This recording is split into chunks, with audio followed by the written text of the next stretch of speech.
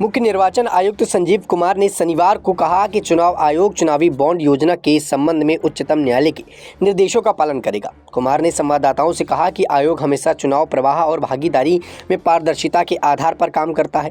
उन्होंने कहा कि शीर्ष अदालत को दिए गए अपने हलफनामे में आयोग ने कहा कि वो पारदर्शिता के पक्ष में है और जब आदेश जारी किया जाएगा वो उच्चतम न्यायालय के निर्देशानुसार कदम उठाएगा।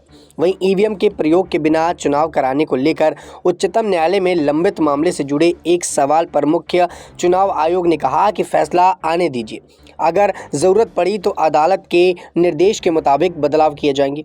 वहीं उच्चतम न्यायालय के आगामी लोकसभा चुनाव से पहले बृहस्पतिवार को एक ऐतिहासिक फैसले में चुनावी बॉन्ड योजना को असंवैधानिक करार देते हुए निरस्त कर दिया था। चंदा देने वाले ब्रांडों के मूल्य और उनके प्रवक्ताओं को जानकारी उपलब्ध कराने का निर्देश दिया गया था। वहीं बता दें आपको कि प्रधान न्यायाधीश DY चंद्रचूड़ की अध्यक्षता वाली 5 सदस्यीय संविधान पीठ ने 2018 की इस योजना को भाषण और अभिव्यक्ति की स्वतंत्रता एवं सूचना से संवैधानिक अधिकारों का उल्लंघन बताया। शीर्ष अदालत केंद्र की इस दलील से सहमत नहीं थी। इस योजना का उद्देश्य राजनीति, चंदे पर पारदर्शिता लाना और काले धन पर अंकुश लगाना था।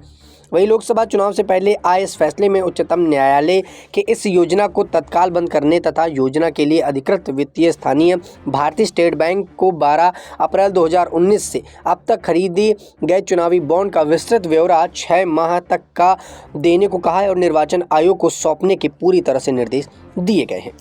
बता दें कि लगातार चुनावी बॉन्ड को लेकर, ईवीएम को लेकर जो अटकलें लग रही थी उसको अब कहीं ना कहीं चुनाव आयोग ने साफ कर दिया है। बता दें कि चुनाव आयोग का मानना है कि अगर निर्देश दिए जाएंगे और चुनाव के आधार पर अगर उच्चतम न्यायालय से कोई आदेश आता है तो उसके हिसाब से पालन किया जाएगा और आने वाले वक्त पर अगर माहौल होता है तो चुनाव आयोग की तरफ से यहाँ पर ईवीएम को हटाया भी जा सकता है और यहाँ पर बैलेट पेपर से चुनाव कराए भी जा सकते हैं। बता दें कि आगामी चुनाव को लेकर भी यहाँ पर कई घोषणा की गई और 24 के चुनाव को लेकर भी चुनाव आयोग काफ़ी ज़्यादा सख्ती बरत रहा।